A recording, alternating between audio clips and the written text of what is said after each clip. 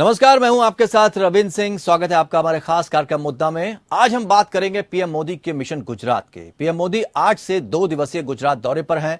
गुजरात में विधानसभा चुनाव से पहले पीएम के इस दौरे को काफी अहम माना जा रहा है। पीएम मोदी ने गुजरात के 2 दिवसीय दौरे में आज सूरत में रोड शो किया। प्रधानमंत्री नरेंद्र मोदी सूरत में जनसभा को संबोधित करते हुए गुजरात में उन्होंने कहा कि उन्हें गुजरात का गौरव बढ़ाने का सौभाग्य मिला है। पीएम मोदी अपने इस गुजरात दौरे में 29,000 करोड़ रुपए से अधिक की कई विकास परियोजनाओं की सौगात दे रहे हैं। इनमें से देश की तीसरी वंदे भारत ट्रेन के साथ ही अहमदाबाद मेट्रो रेल प्रोजेक्ट भी शामिल है। इसके अलावा सूरत, भावनगर जैसे शहरों में भी तकरीबन 10,000 करोड़ रुपए की विकास परियोजनाओं की सौगात दे रहे हैं। चुनावी मौसम में पीएम मोदी का 1 महीने में यह दूसरा गुजरात दौरा है। इससे पहले प्रधानमंत्री 27 अगस्त को गुजरात के 2 दिन के दौरे पर थे। इस दौरान साबरमती रिवर फ्रंट पर खादी उत्सव में शामिल हुए थे। यहां उन्होंने 7500 खादी कारीगर महिलाओं के साथ चरखा भी चलाया था। खादी उत्सव के बाद पीएम ने साबरमती नदी पर बने नए फुटओवर अटल ब्रिज का लोकार्पण किया था। 28 अगस्त को कच्छ जिले में स्पति वन समेत करीब 1 दर्जन परियोजनाओं का उद्घाटन किया था। भुज में करीब 4400 करोड़ रुपए की परियोजनाओं का उद्घाटन और शिलान्यास किया था। इसमें सरदार सरोवर परियोजना की कच्छ शाखा नहर भी शामिल थी। दरअसल साल के अंत में गुजरात और हिमाचल प्रदेश में विधानसभा चुनाव होने वाले हैं। गुजरात प्रधानमंत्री नरेंद्र मोदी का गृह राज्य है। पीएम मोदी खुद 13 साल तक गुजरात के मुख्यमंत्री रहे। गुजरात में होने वाले हर चुनाव को प्रधानमंत्री बड़ी गंभीरता से लेते हैं। आज का दौरा मिला दें अगर तो इसके समेत आने वाले समय में जिस पैमाने पर प्रधानमंत्री नरेंद्र मोदी गुजरात का दौरा करने वाले हैं, इसे देखकर लगता है कि बीजेपी ने अपना मिशन गुजरात शुरू कर दिया है, यानी बिगुल फूंक दिया है। दरअसल इस बार आम आदमी पार्टी पूरी जी जान से गुजरात चुनाव के लिए प्रचार में जुटी है। केजरीवाल लगातार गुजरात का दौरा कर वहां की जनता से वादे करते जा रहे हैं। दिल्ली के मुख्यमंत्री अरविंद केजरीवाल ने किसानों को लेकर बड़ा ऐलान भी कर दिया। उन्होंने 2 लाख रुपए तक का किसानों का कर्ज माफ करने का वादा किया। केजरीवाल ने गुजरात की आम जनता को प्रदेश में आपकी सरकार बनने पर सबको मुफ्त बिजली का वादा कर दिया।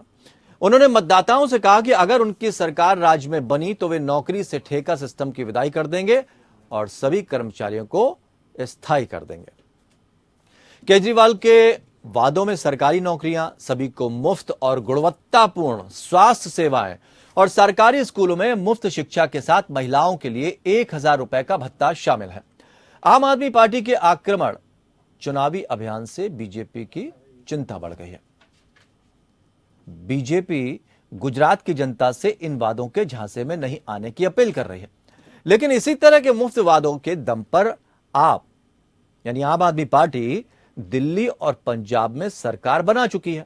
ऐसे में बीजेपी को डर है कि कहीं केजरीवाल के मुफ्त चुनावी वादों का असर उनके गृह राज्य गुजरात की जनता पर ना हो जाए। इसलिए पीएम मोदी और गृह मंत्री अमित शाह लगातार दौरा कर गुजरात को चुनावी सौगात दे रहे हैं। लेकिन यहां पर कांग्रेस की स्थिति क्या होगी, यह भी हमें समझना होगा। और 3 खास मेहमान हमारे साथ इस चर्चा में शामिल हैं। गुजरात की स्थिति को समझने की कोशिश करते हैं और क्या हम ये माने कि प्रधानमंत्री का ये दूसरा दौरा एक तरह से चुनावी बिगुल बीजेपी ने फूंक दिया है। 3 खास मेहमान हमारे साथ। कंचन द्विवेदी, प्रवक्ता भारतीय जनता पार्टी, मनोज तिवारी, नेता कांग्रेस, और नितेश चौरसिया आम आदमी पार्टी की तरफ से अपनी बात रखेंगे। बहुत बहुत स्वागत करते हैं आप सभी मेहमानों का। कंचन जी, शुरुआत आपसे करना चाहेंगे। क्या माना जाए कि चुनावी बिगुल जो है बीजेपी ने फूंक दिया है इस दौरे से? देखिए रविंद्र जी, ऐसा बिल्कुल ही नहीं है कि आप कहें कि ये चुनावी बिगुल है, क्योंकि आपको और देश के सभी नागरिकों को मालूम है कि वो आदरणीय मोदी जी की भूमि है और आदरणीय मोदी जी की भूमि होने के बावजूद वो एक बहुत ही व्यापारिक उर्वरा भूमि है, जहां पर हर एक देश का व्यक्ति व्यापार करने के लिए जाता है। तो मुझे लगता है कि वहाँ जो स्थितियां हैं, वहाँ की जो कर्मभूमि है, वहाँ पर जो रहने वाले लोग हैं, वो बहुत ही ज्यादा सम्मानीय है और उनके लिए एक सहयोग की आवश्यकता होनी चाहिए। वहां पर नए नए चीजों की आवश्यकता, योजनाओं की आवश्यकता होनी चाहिए, जो कि आदरणीय मोदी जी उसको पूरा करने में एकदम लगे हुए हैं और बहुत ही तल्लीनता के साथ में कार्य कर रहे हैं। और उनके द्वारा, उनकी योजनाओं के द्वारा, उनकी सोच के द्वारा, उनकी उस समझने और सोचने की शक्ति के द्वारा देश के हर एक व्यापारिक मंडल को उनसे बहुत सहायता मिल रही है, क्योंकि वो धरती उर्वरा है, व्यापारियों के लिए है, व्यापार वहां से चलता है, देश का लगभग व्यापार वहां से चलता है। तो मैं कहूँ कि वो हल्के में तो नहीं ले रहे हैं गुजरात को। आम आदमी पार्टी के दस्तक वहां पर हो गई है। जी, भारतीय जनता पार्टी ये जानती है और ये मानती भी है कि कोई भी चुनाव हल्का नहीं होता, और चुनाव क्या, कोई भी स्थिति हल्की नहीं होती। हर एक चीज, हर एक परिस्थिति गंभीर होती है और उसे जब तक गंभीरता से ना लिया जाए तो वो चीजें फिसल जाती है। कभी कभी अपने क्षेत्र भी फिसल जाते हैं, जिन्हें हम बहुत कॉन्फिडेंस के साथ में लेकर के रखते हैं। जैसे सपा को याद करें तो कुछ उनकी भूमि की, कुछ उनके क्षेत्र थे जिनको वो अपना मानते थे, चाहे मैं रामगढ़ की बात कर लूं या फिर किसी भी स्तर पर, या फिर अगर हम बात करें गांधी परिवार के क्षेत्रों की, तो रायबरेली वगैरह सभी छूट गए ना। तो ओवर कॉन्फिडेंस अच्छी बात नहीं है, और जहां पर मेहनत ना हो, जहां पर तो यहाँ गुजरात में जो मुद्दा होगा वो विकास का होगा या हिंदुत्व के मुद्दे के साथ आगे बढ़ेगी पार्टी? क्योंकि दूसरे राज्यों में जाके तो हिंदुत्व का मुद्दा उठाया जाता है। देखिए वीरेंद्र जी, हिंदुत्व की आप बात करेंगे तो देखो, हमारे भारत का गौरव है हिंदुत्व, और हिंदुत्व हर एक जगह पर है। हिंदुत्व कभी छूट नहीं सकता। हिंदुत्व अगर ना हो ना तो व्यक्ति खत्म हो जाए, हिंदुत्व ना हो तो देश खत्म हो जाए, हिंदुत्व ना हो तो भारत का मतलब ही क्या रह जाएगा। इसलिए हिंदुत्व तो हमारे जीवन में मृत्यु के साथ चलने वाली परिस्थिति है, चलने वाली प्रक्रिया है। वो सतत रहेगी हमेशा, हर जगह, हर क्षेत्र, हर भूमि पर हिंदुत्व रहना चाहिए, और हर एक पार्टी में हर एक व्यक्ति के साथ रहना चाहिए। वो कहीं खत्म नहीं होना चाहिए। अगर धर्म खत्म हो जाएगा तो व्यक्ति के जीने का मतलब मुझे नहीं लगता कि होगा। इसलिए धर्म जरूरी तो है। कांग्रेस को और आम आदमी पार्टी को हिंदुत्व पार्टी मानती कि नहीं मानती हैं? कांग्रेस को और मुझे देखिए दूसरों के बारे में टिप्पणी करने की कोई आवश्यकता नहीं है। मैं अपने लिए ये बात कर लेती हूँ कि भारतीय जनता पार्टी अपने धर्म को लेकर के चलती है, और हमारे नेता जो भी हैं वो सारे नेता हमेशा धर्म को पकड़ते हैं, चाहे वो कर्मभूमि पर धर्म हो या फिर जन स्तर पर धर्म हो, तो कहीं पर छूटना नहीं चाहिए। इसीलिए जनता हमें स्वीकार करती है, क्योंकि हम धर्म निभाते हैं। चाहे जनता के लिए धर्म हो, अपने रिश्तों के लिए धर्म हो, राष्ट्र के लिए धर्म हो, मातृभूमि के लिए, मातृ के लिए, किसी के लिए धर्म हो, सब निभाना हमारे जीवन का कर्तव्य है। तो फिर गुजरात के अगर कर्म की बात करें या फिर वहाँ की योजनाओं की बात करें, वहाँ पर जो भी चीजें कम है, मुझे नहीं लगता, क्योंकि वहाँ पर जैसा कि आदरणीय आम आदमी पार्टी आपको चुनौती दे रही है। नीतीश चौरसिया जी चुनौती दे पाएंगे गुजरात में? बड़े जोर शोर से कह रहे हैं, कभी आरोप लगा देते हैं अरविंद केजरीवाल की बीजेपी हमें नुकसान पहुंचाने की कोशिश कर रही है, खत्म करने की कोशिश कर रही है। कैसे मजबूती देंगे, क्योंकि आपके तो नेता फंसते जा रहे हैं? सबसे पहले तो नमस्कार आप सभी को जी, और साथ में आपके दर्शकों को। देखिए, बताते बताते हमारी साथी प्रवक्ता बताती चली कि पिछले 27 सालों में वो जरूरत की चीजें पूरी नहीं कर पाई गुजरात की, जो उनको जरूरतें थी। आज शायद ये मौका आता ही नहीं इस तरीके के सुनहरे अवसर। अगर ये मैं कह सकता हूँ कि बरसाती मेढक जिस तरीके से होते हैं, वो इलेक्शन के मेढक जिस तरीके से इस समय प्रधानमंत्री जी को इस तरीके से सौगात लेके आने पड़ रहे हैं अलग अलग मुद्दों पे। मैं आपको कुछ मुद्दे अभी गिनाना चाहता हूँ, जो ये बहुत सारे इन्होंने बहुत बड़े बड़े काम किए हैं गुजरात मॉडल के। आम आदमी पार्टी के आने से चुनाव में ट्विस्ट क्यों आया, ये समझने की जरूरत है। अब आप देखिए, इनकी राज्य की पुलिस की सरकार धरने पे आई, जब आम आदमी पार्टी उसको समर्थन की तो उसके लिए 550 करोड़ रुपए का फंड इशू कर दिया गया। आज तक इनको ये पिछले 27 साल में ये मुद्दा दिखाई नहीं। स्टेट एम्प्लॉयज के कई सारे इशू थे, उसको जैसे आम आदमी पार्टी समर्थन में लेके आती है, जैसे उसको विचार करती है, मुद्दे को उठाती है, वैसे ये अपनी कमेटी बना के कहता है विचार कर रहे हैं आपकी क्या क्या बदलाव हो सकता है, क्या क्या महंगी हो सकती है। आंगनबाड़ी के अलावा इसकी बात होती है, जब आम आदमी तो गुजरात की जनता को वो तो मान लो, उन्होंने तो इतने सालों से वहां पर सत्ता में है, उन्होंने तो बता दिया कि हम इतने करोड़ की योजनाएं आपके लिए लेकर आ रहे हैं। तो जनता को जब मिल रहा है तो आम आदमी पार्टी को क्यों पूछेगी वो? मैं बता तो रहा हूँ कि आम आदमी पार्टी के आने से इनके खुलासे हो रहे हैं। आज तक कांग्रेस के साथ क्या हुआ, कांग्रेस अपनी पार्टी का अपनी बारी का इंतजार करती रही, ना कभी जनता के किसी मुद्दे से कोई उन्हें मतलब, ना किसी, वो पहले आपस की व्यक्तिगत लड़ाई, आपस की सर सत्ता में आ गए, आप कह रहे हैं कि जनता से उनकी कोई पहुंच नहीं है जनता तक। ऐसे ही सत्ता में थोड़ी ना आ गए, जनता का वोट बैंक उन्हें हासिल हुआ, वोट हासिल हुआ तब तो सत्ता में मैंने आए क्या ना। बताया, मैंने कहा कि जो विपक्ष की असल भूमिका होनी चाहिए, विपक्ष का काम क्या होता है कि कैसे जनता के सरकार की विफलताओं को जनता तक पहुंचाना और जनता के मुद्दे को सदन में ले जाकर जनता की बात रखना, ये एक विपक्ष का काम होता है। सरकार जब सत्ता में होती है, सत्ता में होना और विपक्ष में होना, यही दो फर्क है। तो आपका मुकाबला कांग्रेस से है या बीजेपी से है? गुजरात में किसकी सीटें काट लेंगे आप? गुजरात में किसको नुकसान पहुंचाएंगे, कांग्रेस को या बीजेपी को? गुजरात की जनता ने चाहा तो इस बार हम सत्ता बनाएंगे, सत्ता में आएंगे और सरकार बनाएंगे और अपने किए हुए हर वादे, गारंटी, मैं वादा नहीं कहता हूँ, गारंटी कहता हूँ, हर वो गारंटी देंगे, हर वो गारंटी पूरा करेंगे जो जनता, गुजरात की जनता के साथ हम कर रहे हैं। और हिंदुत्व की बात पे बड़ी एक अच्छी बात आई। मैं पूछना चाहता हूँ कि वो अभी जो उत्तराखंड में अंकिता भंडारी, हमारी छोटी बहन के साथ जो अन्याय हुआ, वो हिंदू थी, मानते हैं। किसान 700 से अधिक किसानों की शहादत हुई, वो हिंदू थे। हिंदू की ठेकेदारी बंद करिए। ये अब कहा है आपका कपिल मिश्रा, ना 1 रुपए का कंपनसेशन, ना कोई कलेक्शन। ठीक है, कंचन जवाब दे रही है, कंचन जवाब दीजिए। दो बातें उन्होंने कही हैं। अंकिता बिल्कुल हिंदू है और आप भी हिंदू हैं, और देश में जितने भी लोग अगर किसी भी दुर्घटना से मर रहे हैं, खत्म हो रहे हैं, तो वो हिंदू हैं। और ये बिल्कुल भी समझने जैसी बात है, केवल वो ही नहीं, पूरा देश हिंदू है। और जो लोग रहने वाले हैं, थोड़ा बहुत लोग अलग हैं, नहीं हिंदू है ये तो सब जानते हैं, बताने की क्या जरूरत है। ठीक है, अभी हम गुजरात की बात कर लेते हैं। ठीक है, हाँ, बात रखने दें, फिर हम जाएंगे मनोज जी के पास। मुझे लगता है हिंदुस्तान में जो लोग रह रहे हैं ना, वो सब हिंदू हैं, क्योंकि हम लोग भले ही धर्म, मुझे लगता है कंचन जी वो कार्रवाई को लेकर बात कर रहे हैं, वो कहना चाह रहे हैं कार्रवाई को लेकर बात, कि जिस तरह से जो कार्रवाई तेजी से विपक्षी दलों के नेताओं के साथ होती है, उतनी तेजी से कार्रवाई यहाँ पर क्यों नहीं दिख रही है? क्यों नहीं होगी वीरेंद्र जी? अगर अंकिता को लेकर के किसी का बेटा अगर उसमें दोषी है तो क्यों नहीं होगा? अगर किसी एक उन्नाव का नेता का बेटा दोषी होता है तो उसके लिए भी चीजें होती हैं। 18 तारीख से लेके कंचन जी इतना वक्त बीत गया है, अभी तक ये पता नहीं चल पाया है उस केस में कि वो कौन वीआईपी था जिसको सेवाएं देने की बात की जा रही थी। वो वीआईपी कौन है? अभी तक ये पता नहीं चल पाया। खैर मनोज जी, हम आपके पास आना चाहेंगे। ठीक है, ये अलग मुद्दा हो जाएगा, इस पे हम फिर किसी दिन बैठ लेंगे। मनोज जी, हम यहाँ आना चाहते हैं, आम आदमी पार्टी का शायद कंचन जी एक मिनट।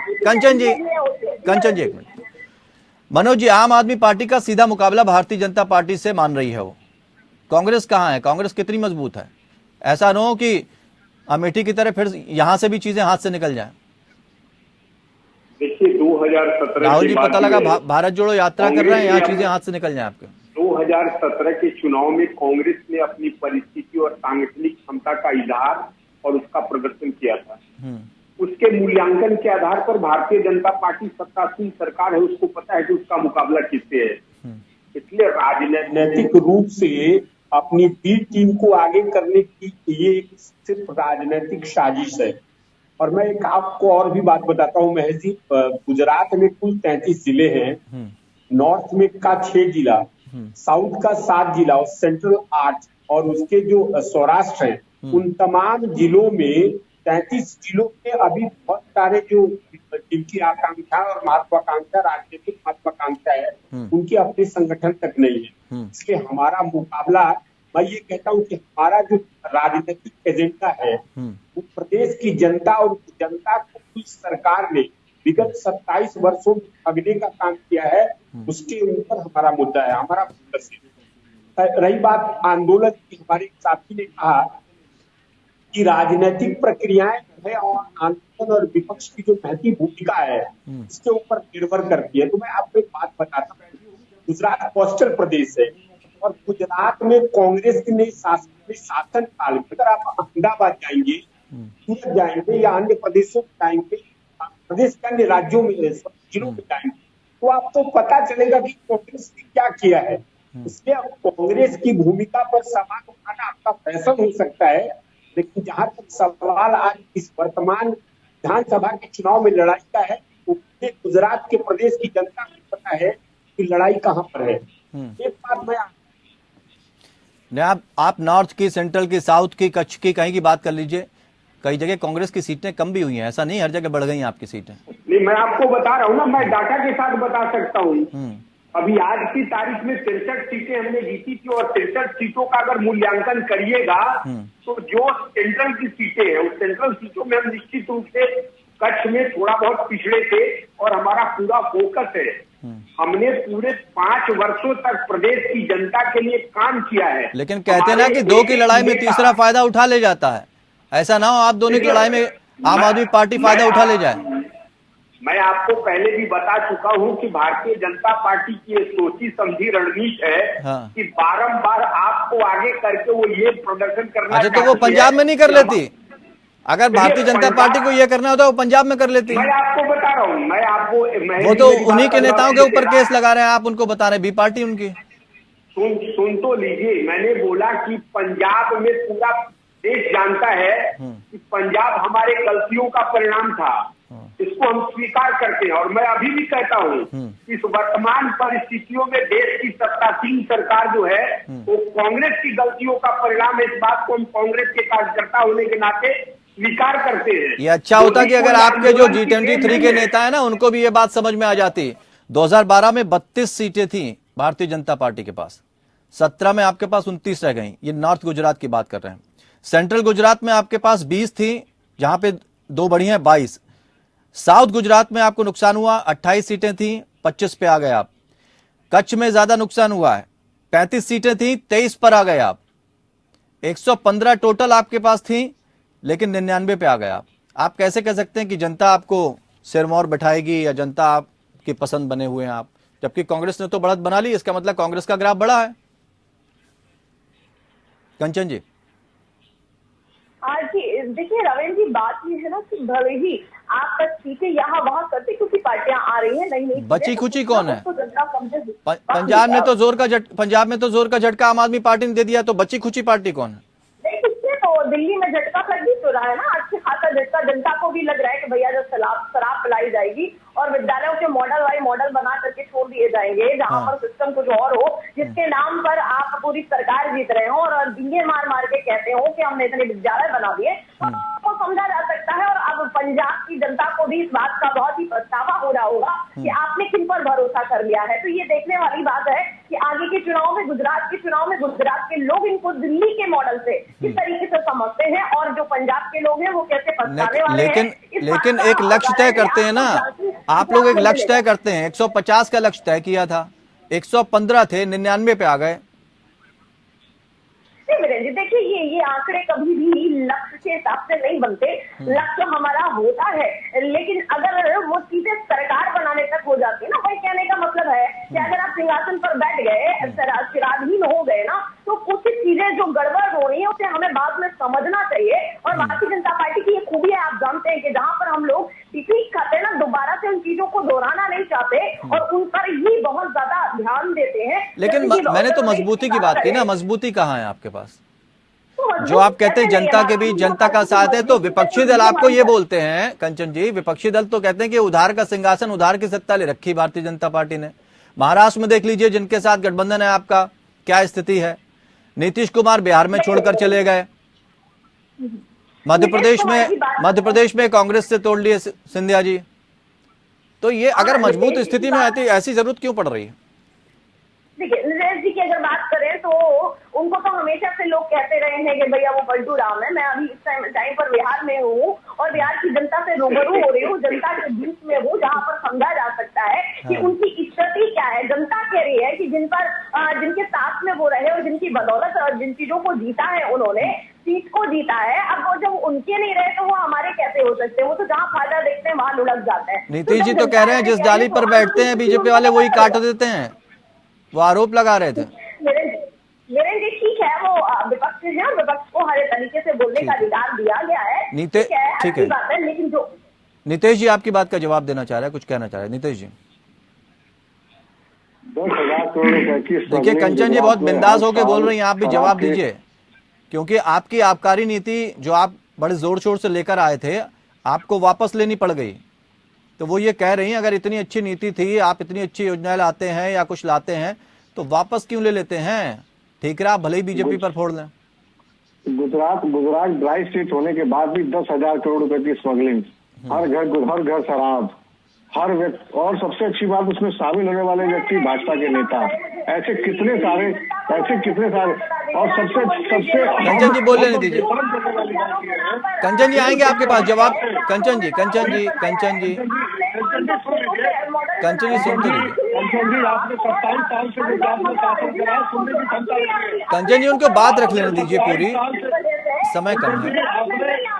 कंचन जी, आपने 27 साल से शासन करा, सुनने की क्षमता रखिए। आप विद्यालय के नाम पर धोखा दे रहे हैं, तो आपको 27 साल से आपने शासन करा है, धीरे धीरे थोड़ा सा ध्यान रखिए, सुनने की क्षमता रखिए। कुछ नहीं होता ना, वो लोग जब बीच में सरकार हटा लेते हैं, हमारे कहा जाते हैं, जो लोग बीच में खड़ी होते हैं उनके पास अभिमान आ जाता है। अच्छा कंचन जी उनकी बात तो सुन लें, आप जवाब तो तभी दे पाएंगे ना।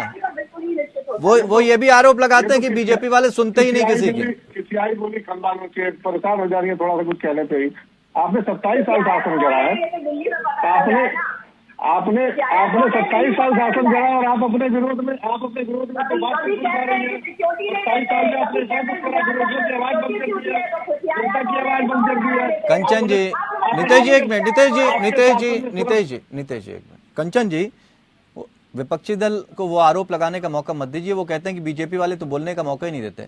आप बोलने नहीं दीजिए, फिर हम आपके पास आ जाएंगे जवाब लेने के लिए। नितेश जी बात पूरी कीजिए जल्दी से। 27 साल के शासन के बाद अगर ये समझ में आता है कि गुजरात एक ड्राई स्टेट होने के बाद हर घर में शराब, 10,000 करोड़ रुपए की शराब। अरे सर आप उन पे आरोप लगा रहे तो काहे के लिए शराब की नीति ले आए थे? आप बंद ही करा देते। 150 से अधिक मौतें, जहरीली शराब पीने से 150 से अधिक मौतें। ठीक है मनोज जी का जवाब ले लेते हैं जल्दी से। मनोज जी ठीक है। नितेश जी समय कम है, समय समाप्त हो रहा। मनोज जी क्या मुद्दे रहेंगे कांग्रेस के पास? क्योंकि अभी तो आप इसी घालमेल में जुटे हुए हैं कि पहले अपने संगठन को मजबूत कर लें।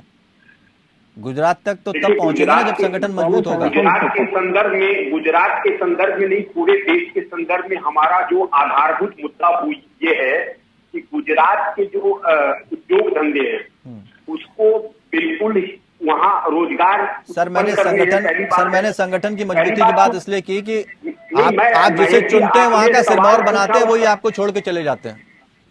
उस सवाल का जवाब ले लीजिए। गुजरात में पहला मुद्दा है स्वास्थ्य का।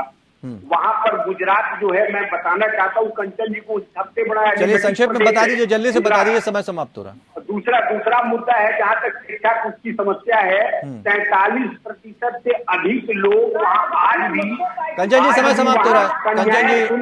कंचन वहाँ लड़कियां जो है उनको शिक्षा नहीं मिलती। 43% महज लड़कियां जो है स्कूल में जाती है, 57% लड़कियां स्कूल नहीं जाती। ठीक है, कई मुद्दे हैं जिसको लेकर कांग्रेस जाएगी, लेकिन सबसे पहले वो भारत जोड़ने की बात करेगी। शायद 2024 की तरफ ज्यादा आपकी नजर बनी हुई, आपका फोकस बना हुआ। लेकिन देखेंगे हम कि स्थिति क्या बनती है गुजरात में जाके, क्योंकि सबकी नजर बनेगी। ये पब्लिक है, सब जानती है। मुद्दे आप भले ही अपने अपने लेकर पहुंचे हैं, लेकिन कौन कितनी मजबूत स्थिति में होता है जब रिपोर्ट कार्ड आता है, रिजल्ट आता है, तब पता चलता है। फिलहाल जबरदस्त मुकाबला और रोमांचक मुकाबला देखने को मिलेगा गुजरात के चुनाव में। और बिगुल एक तरह से कहा जा रहा है कि प्रधानमंत्री ने यहां से फूंक दिया है, लेकिन असल में देखना है कि चुनौती कहां पर भारतीय जनता पार्टी को मिलेगी, आम आदमी पार्टी से या कांग्रेस से। फिलहाल इतना ही, नमस्कार।